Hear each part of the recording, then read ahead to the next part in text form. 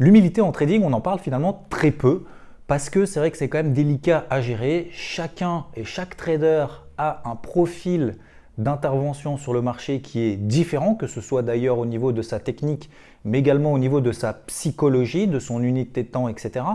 Et c'est vrai que l'humilité, déjà avant de parler de l'humilité envers les autres, c'est l'humilité envers soi-même. On parle souvent de combat contre le marché. Non, déjà le trading, c'est un combat contre soi-même, contre ses émotions et d'éviter de surréagir ou même d'ailleurs de sous-réagir par rapport à des plans trading. Donc on parle souvent effectivement de ces plans de trading. Ok, très bien, on a compris, il faut mettre en place des zones d'intervention. Sur ces zones d'intervention, on a une méthode d'intervention et ensuite la question, ça va être quand est-ce que j'invalide mon plan de trading, quand est-ce que je me suis trompé. Ça a marché une fois, deux fois, j'ai bien mis en place et en application mon plan de trading, très bien, mais quand est-ce que je le remets en question?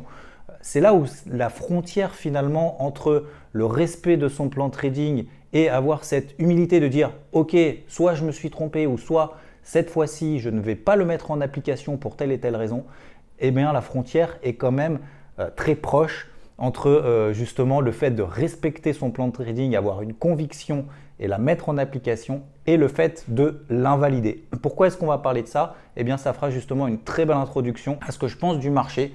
Vous avez très certainement vu mon article concernant les plus bas sur les indices ont été faits avant Noël. Je vous ai expliqué justement pourquoi est-ce que sur les zones support sur les marchés américains, je privilégiais des achats. Alors ça a fonctionné une fois, ça a fonctionné une seconde fois en fin de semaine dernière. Maintenant, on revient sur les niveaux. La question c'est est-ce que ça va fonctionner une troisième fois ou pas? Et je vais vous expliquer justement dans cette vidéo quelques astuces pour essayer, éviter surtout d'avoir de convictions trop fortes. Comment est-ce qu'on fait pour invalider son plan trading et son scénario?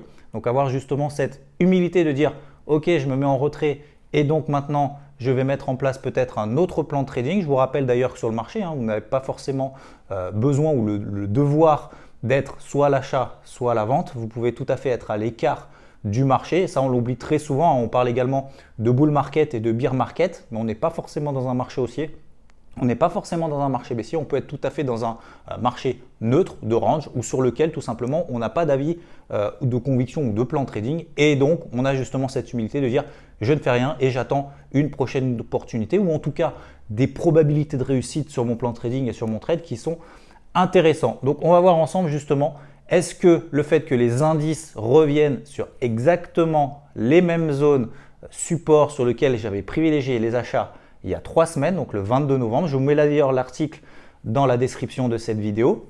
En fin de semaine dernière, j'ai également privilégié les achats sur les indices US et vous avez vu que ça a parfaitement bien réagi. Maintenant qu'on revient sur ces niveaux, je vais vous expliquer les raisons pour lesquelles je suis beaucoup plus prudent sur des achats et quel va être justement mon plan trading à venir. Donc je vais le remettre effectivement en question, en tout cas partiellement, en bien évidemment essayant de donner des niveaux d'invalidation sur celui-ci. À tout de suite.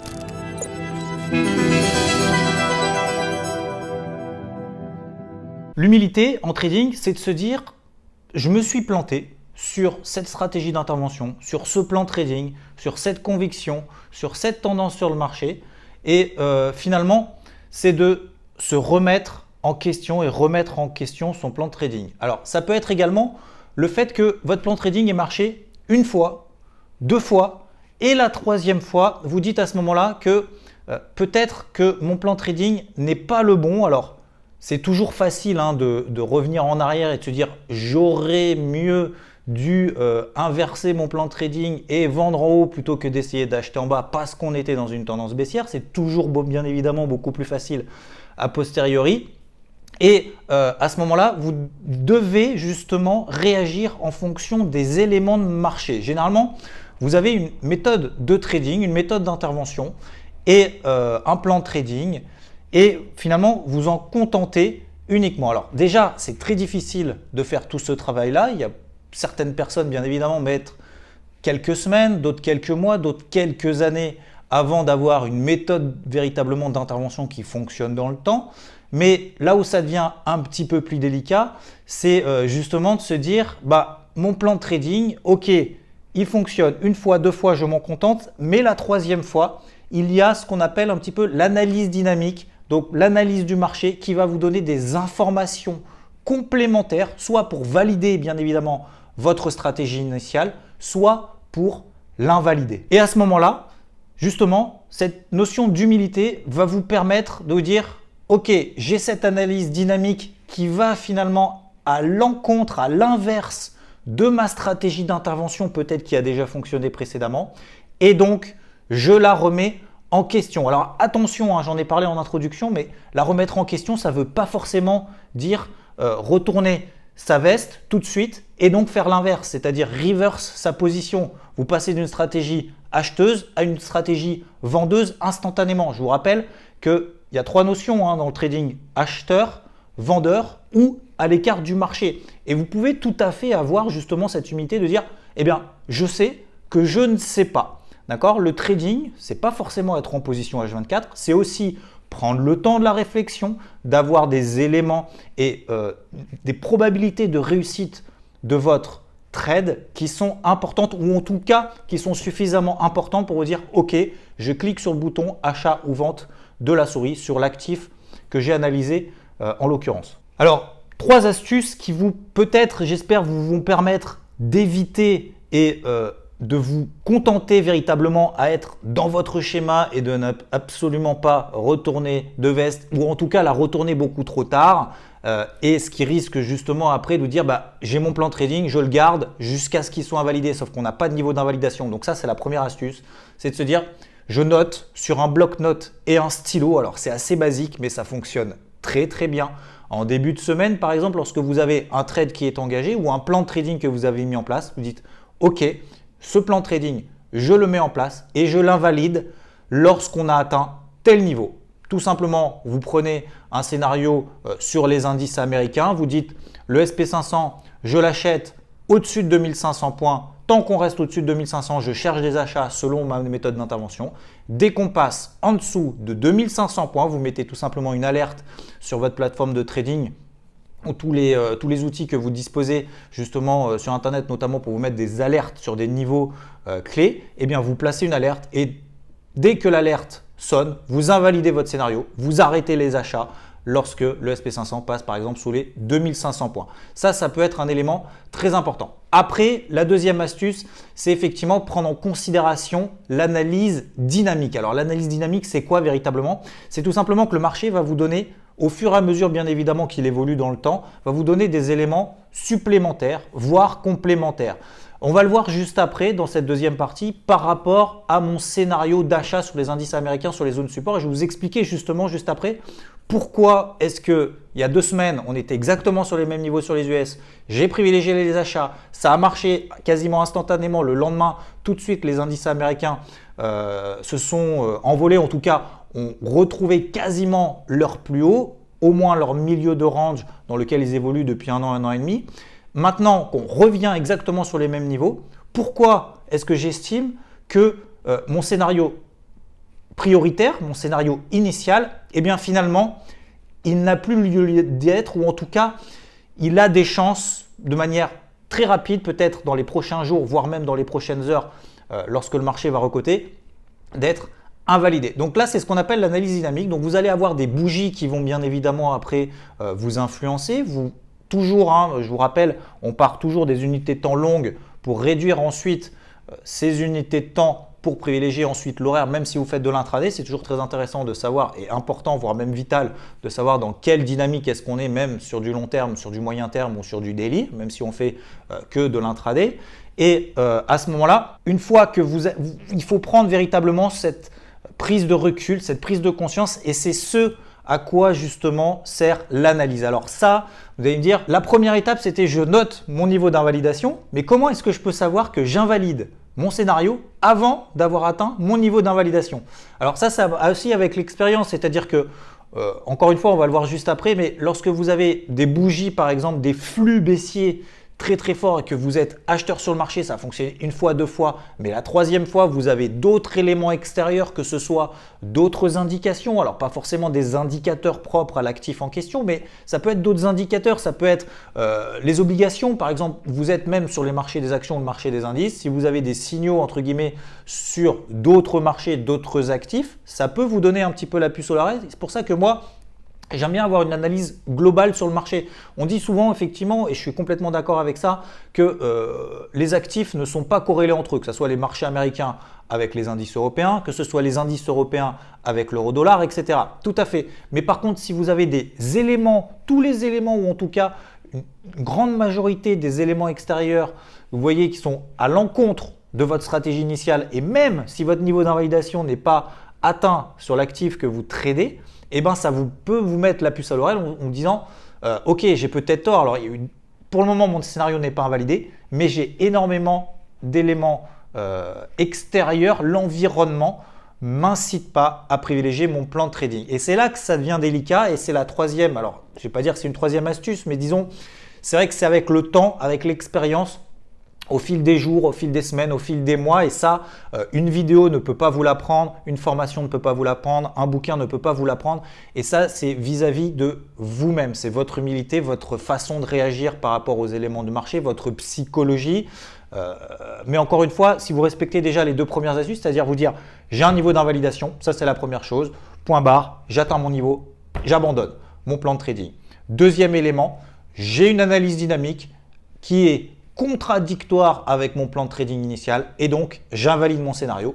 Et enfin, la troisième raison, c'est effectivement avec l'expérience, vous allez vous dire ok, ça a fonctionné une fois, deuxième fois ça ne fonctionne pas et là on arrive de manière très violente sur les niveaux de support et il y a de très grandes probabilités pour que mon scénario soit invalidé, même si mon niveau d'invalidation, encore une fois, n'a pas été encore atteint. Donc au final, essayez justement d'avoir cette humilité pour se remettre en question. Vous allez voir qu'on va le faire justement ensemble juste après.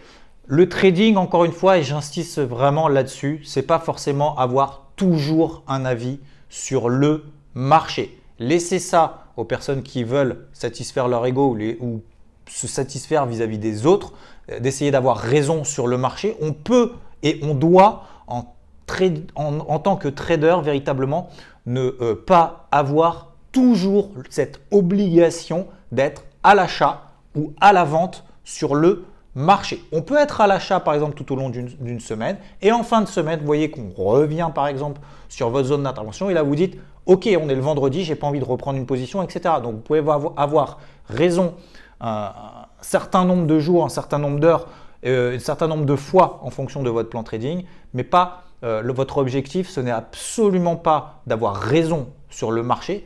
Est-ce que le marché va être haussier? Est-ce que le marché va être baissier? Finalement, on s'en fiche un petit peu lorsqu'on fait du trading. L'objectif, c'est de gagner de l'argent et c'est de faire des trades gagnants. On peut tout à fait avoir raison sur le marché et faire des trades perdants. Et on peut tout à fait avoir tort sur le marché et faire des trades gagnants. Alors, vous allez me dire, c'est complètement débile ce que tu nous racontes, mais vous verrez qu'avec le temps, c'est véritablement le cas et vous allez voir justement que la première phase de cette mise en place de plan trading, c'est véritablement important pour allier justement le fait que votre plan de trading ait fonctionné, votre vision du marché ait fonctionné et de la concrétiser financièrement parlant, je dirais justement, avec des trades qui sont gagnants en amont et en fonction de votre plan trading.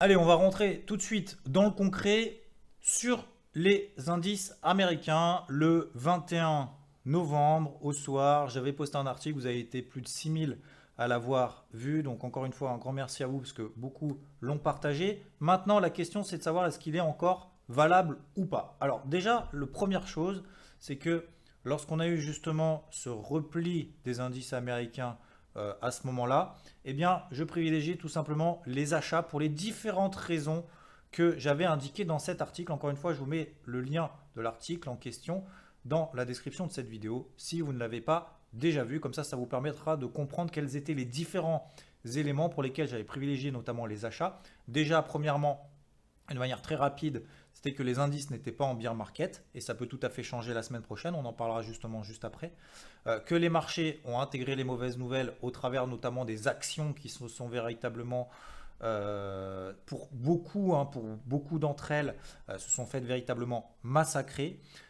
Et la troisième raison, c'est effectivement, alors certes, l'analyse technique n'est pas prédictive, mais en l'occurrence, j'avais beaucoup d'éléments en faveur justement de privilégier des achats. Donc finalement, la conclusion, elle est ici. Vous l'aurez compris, c'est de privilégier les achats proches des supports weekly et ce, tant qu'ils ne cèdent pas. Donc là-dedans, vous avez le niveau d'intervention, c'est proche des supports weekly. La direction, c'est privilégier les achats. L'invalidation, c'est tant qu'ils ne cèdent pas. On va le voir tout de suite. Donc le 22 novembre, à ce moment-là, le 21 novembre, on était autour de cette zone-ci. Et ensuite, on a eu une très très belle réaction des marchés américains qui se sont véritablement envolés. Et derrière, vous avez vu qu'on a eu une seconde fois un repli sur cette zone support jeudi dernier, sur lequel les indices ont fait une mèche absolument monumentale, notamment en daily. Et si vous regardez justement sur ce graphique, on est revenu sur cette zone d'intervention, quasiment le même prix auquel le SP500 était la semaine précédente. J'ai attendu ma zone. Sur cette zone, j'ai attendu justement ce fameux repli. Et c'est vrai que les indices américains, notamment les indices européens également, mais l'ensemble des marchés, on n'était quand même pas dans de bonnes dispositions pour acheter. Mais une fois qu'on arrive sur sa zone d'intervention et lorsqu'on a un signal horaire, à ce moment-là, vous voyez ici que j'ai à nouveau privilégié les achats, notamment sur l'SP500 à 2648 points, très exactement. Là n'est pas la question, donc ça a fonctionné, simplement pour vous montrer que ça a fonctionné une fois, ça a fonctionné une deuxième fois de manière très violente, et maintenant, si on regarde où on est le SP500, on revient une troisième fois sur cette zone. Donc, comme je vous l'ai dit, mon niveau d'invalidation est très proche, et ça c'est le deuxième élément dont je voulais vous partager, c'est que mon invalidation maintenant est très proche, c'est-à-dire que mon premier scénario c'était de privilégier les achats tant que le support ne cède pas. Et vous voyez que maintenant, on revient sur le support. Donc, bien évidemment, plus on est proche de son niveau d'invalidation, plus on est en retrait ou en tout cas un peu plus prudent que si on avait un signal haussier horaire dès finalement les premières heures de cotation, en tout cas la semaine qui va suivre. Donc, ça, c'est le premier élément, c'est que déjà que les indices américains ont réagi une fois, deux fois, et la troisième, on revient encore de manière très très forte là-dessus. Donc, je pars du principe, et c'est pour ça que je vous disais en introduction, il faut avoir justement cette humilité de dire « Ok, je cherchais des achats sur ces zones support, maintenant on revient dessus, ça a marché une fois, deux fois. Mais la troisième fois, je pars du principe qu'il y a quand même moins de chances que ça fonctionne parce que plus votre niveau de support, et c'est ce qu'on dit généralement également en analyse technique, plus le support est testé, plus il y a de chances à un moment donné justement qu'il lâche. Alors, sachant qu'en plus, on est toujours en tendance baissière ici. Donc ça aussi, il faut prendre aussi du recul. Oui, on est en tendance de fond et je vais vous montrer ici tout de suite. En données hebdomadaires, regardez, on est toujours dans un canal ascendant en données weekly, notamment sur les marchés américains. D'ailleurs, ça fonctionne aussi bien sur le SP500 que sur le Dow Jones. On est à peu près sur les mêmes configurations. Le Nasdaq, c'est un petit peu différent parce que le Nasdaq, lui, surperforme les autres indices. Si vous regardez ici mon niveau d'achat sur le Nasdaq, c'était beaucoup plus bas, à 2000, autour des 6500 points, pardon. Et vous voyez que la mèche, on l'a faite beaucoup plus haute, de manière beaucoup plus tôt que on l'a fait avant finalement que la zone d'intervention soit ralliée. Donc, sur le SP500, maintenant, je me rends en retrait et je vais attendre bien évidemment de voir ce que me donnent les éléments de marché dans le courant de la semaine prochaine. Mon scénario initial de chercher des achats fonctionne pour le moment, est encore actif, mais de manière beaucoup plus prudente. C'est-à-dire que je vais attendre véritablement un signal. Et qu'est-ce que ça veut dire de manière beaucoup plus prudente? Ça veut dire d'attendre véritablement un signal, de mettre un stop de protection serré, c'est-à-dire que lorsque j'ai un signal, notamment en horaire, je mets mon stop de protection tout de suite. Ça, c'est inévitable, c'est obligatoire de mettre un stop de protection tout de suite en dessous de la bougie horaire qui m'aura permis d'entrer à l'achat sur le marché, si bien évidemment le marché me donne un signal d'achat, notamment en horaire. Et deuxième chose, de mettre le stop de protection ensuite au cours d'entrée de manière très rapide. Très rapide, ça veut dire quoi? C'est tout simplement en fonction de zones horaires. Je vous donne un exemple. Encore une fois, lorsque vous prenez des signaux en H1, par exemple, en données 1 heure, eh bien, je replace mon stop de protection au cours d'entrée lorsque j'ai un premier objectif en données 1 heure qui est atteint. Ça peut être par exemple la bande de Bollinger supérieure si vous êtes à l'achat, la moyenne mobile à 20 heures si vous êtes à l'achat ou la moyenne mobile à 50 heures si vous êtes à l'achat. Donc ça vous permettra justement et ça me permettra de savoir que je suis dans une configuration quand même très délicate. On revient de manière violente sur le support, mais dans la mesure où je sais qu'il y a à présent quand même beaucoup plus de probabilités a priori qu'on casse le support, qu'on le tienne, eh bien d'être vraiment très prudent maintenant sur les achats et de faire vraiment très très attention à la gestion notamment du risque, donc à la gestion du stop de protection lorsque j'entrerai, si j'entre en position à l'achat. Et enfin, le troisième élément de la raison pour laquelle je suis beaucoup plus prudent et beaucoup plus réservé quant à la validité de mon plan de trading, de rechercher des achats sur des niveaux sur les indices américains, sur les niveaux de support dans lesquels ils sont depuis maintenant bien, plus de 2 mois, c'est également ce qui se passe sur les autres actifs. Alors, je vous en ai déjà parlé, mais c'est vrai qu'il n'y a pas de corrélation entre les indices européens, les indices américains, etc. Mais c'est vrai que lorsque vous avez des éléments qui sont à l'encontre, comme je vous le disais en première partie, à l'encontre de votre scénario, même si vous êtes sur un actif et que vous ne checkez que celui-ci, lorsque vous avez partout ailleurs, je dirais, des éléments négatifs qui vont à l'encontre de votre plan de trading, ça ne vous met véritablement pas en confiance. Je vais vous donner tout simplement un exemple, même si, bien évidemment, on ne peut pas comparer le SP500 au CAC 40, puisque déjà, il n'est pas calculé de la même manière. On ne peut pas comparer le CAC 40 à l'indice allemand DAX, parce qu'il n'est pas calculé de la même manière, etc. etc. Mais ça vous donne justement, j'espère, des éléments pour vous permettre de comprendre pourquoi est-ce que je suis beaucoup plus réticent. Si vous regardez justement ce graphique du CAC que j'avais posté sur les réseaux sociaux, vous avez plusieurs éléments. Vous avez premièrement cette oblique depuis l'an 2000 qui faisait office de résistance, qui a fonctionné en 2000, en 2007 ici, et qui a fonctionné en 2015, etc. etc. Et maintenant, on est en train de repasser en dessous. On avait donné un premier signal aussi qui était quand même très positif. On avait fait ce qu'on appelle un range, donc latéralisation pendant sur le CAC, ici vous voyez les unités de temps depuis 1 an et demi. Et lorsque vous avez des phases de range, comme je le dis à chaque fois, vous avez 75% de chances de sortir dans le sens de la tendance précédente. La tendance précédente est quand même particulièrement haussière, matérialisée par cette oblique ascendante dont on va parler juste après. Et finalement, on en sort par le bas. Ça, c'est le premier élément négatif. Deuxième élément négatif, on a un support horizontal, donc depuis, on va dire, 2 ans, ici, qui a cédé. Deuxième élément négatif. Troisième élément négatif, une oblique de soutien ici qui a cédé.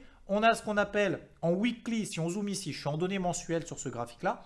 En weekly, ici, si on zoome, ça vous donne ici, vous connaissez très certainement cette figure, ça s'appelle une englobante baissière. C'est tout simplement en ouvrant gap haussier, au-dessus des plus hauts de la bougie précédente, qui est ici, et tout de suite, le marché vend. Et ça donne finalement une clôture hebdomadaire nettement en dessous des plus bas précédents, alors qu'on avait ouvert en gap haussier. Ça montre la puissance quand même des vendeurs, ça montre la volonté des vendeurs et ça montre le fait que le marché se délaisse complètement, alors des actions bien évidemment, puisque les indices sont composés d'actions, mais on voit qu'il n'y a pas véritablement de pression acheteuse sur les niveaux actuels.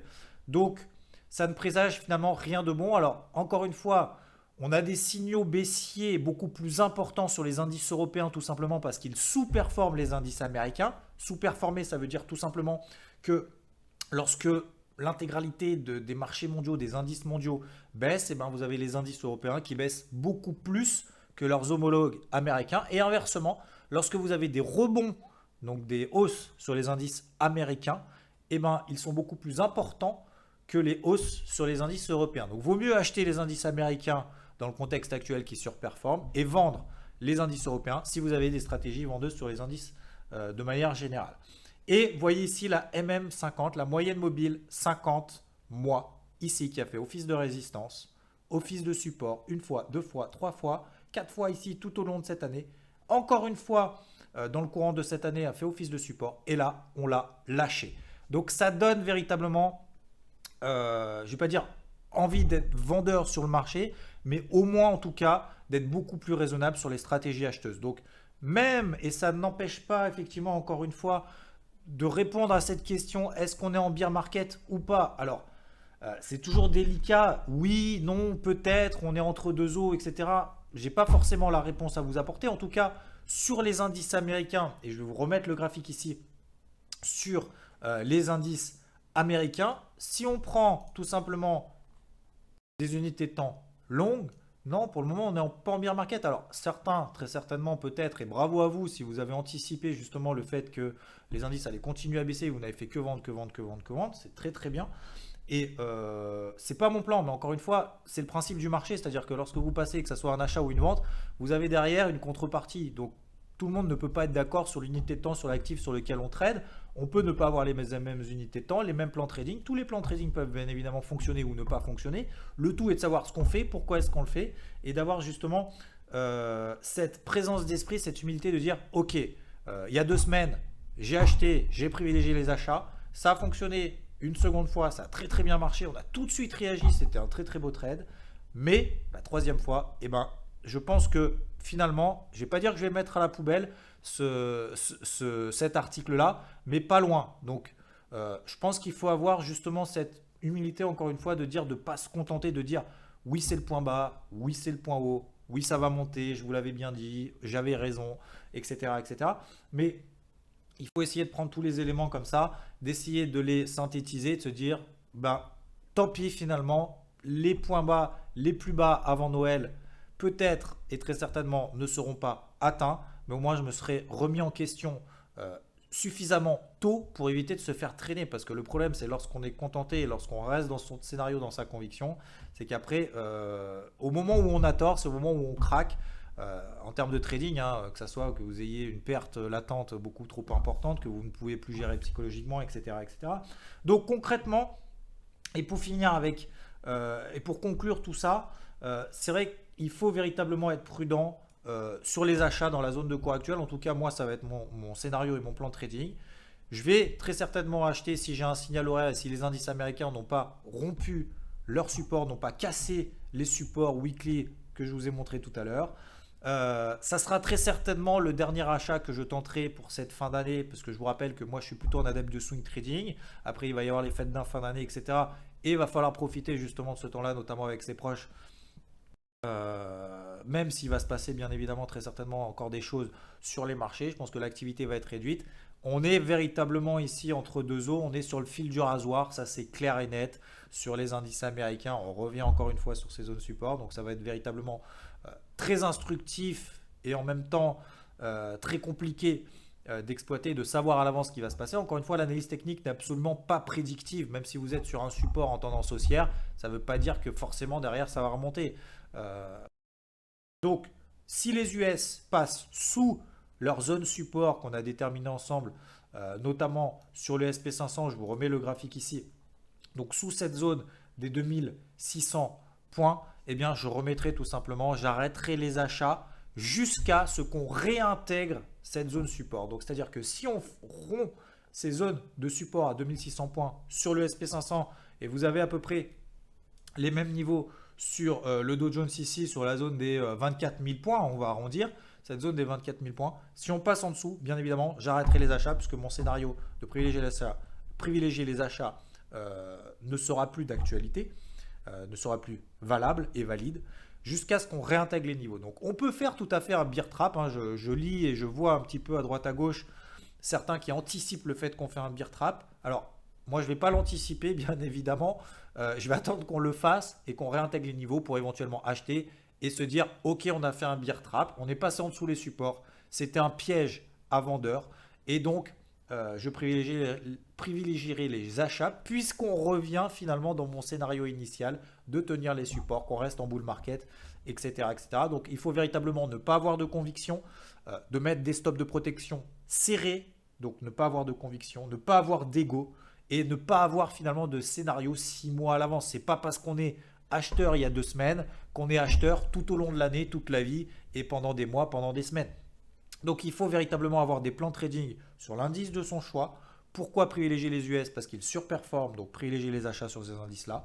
Avoir des stop loss, des objectifs et avoir finalement encore une fois, cette présence d'esprit de se dire pourquoi est-ce que j'achète, pourquoi est-ce que ce scénario-là. Et je vous propose tout simplement un défi, entre guillemets. Et pour celles et ceux qui souhaitent participer et qui me suivent, un grand merci à vous d'ailleurs pour être de plus en plus nombreuses et nombreux à me suivre sur cette chaîne et à montrer justement vos intérêts pour les différents contenus que je vous propose avec des pouces vers le haut. Et je vous propose tout simplement dans les commentaires de cette vidéo de donner, si bien évidemment vous avez un scénario et un plan de trading, de vous donner et de partager. L'objectif, c'est de partager. C'est pas de dire lui il a raison, lui il a eu tort, etc. Au contraire, c'est d'essayer de partager et de comprendre.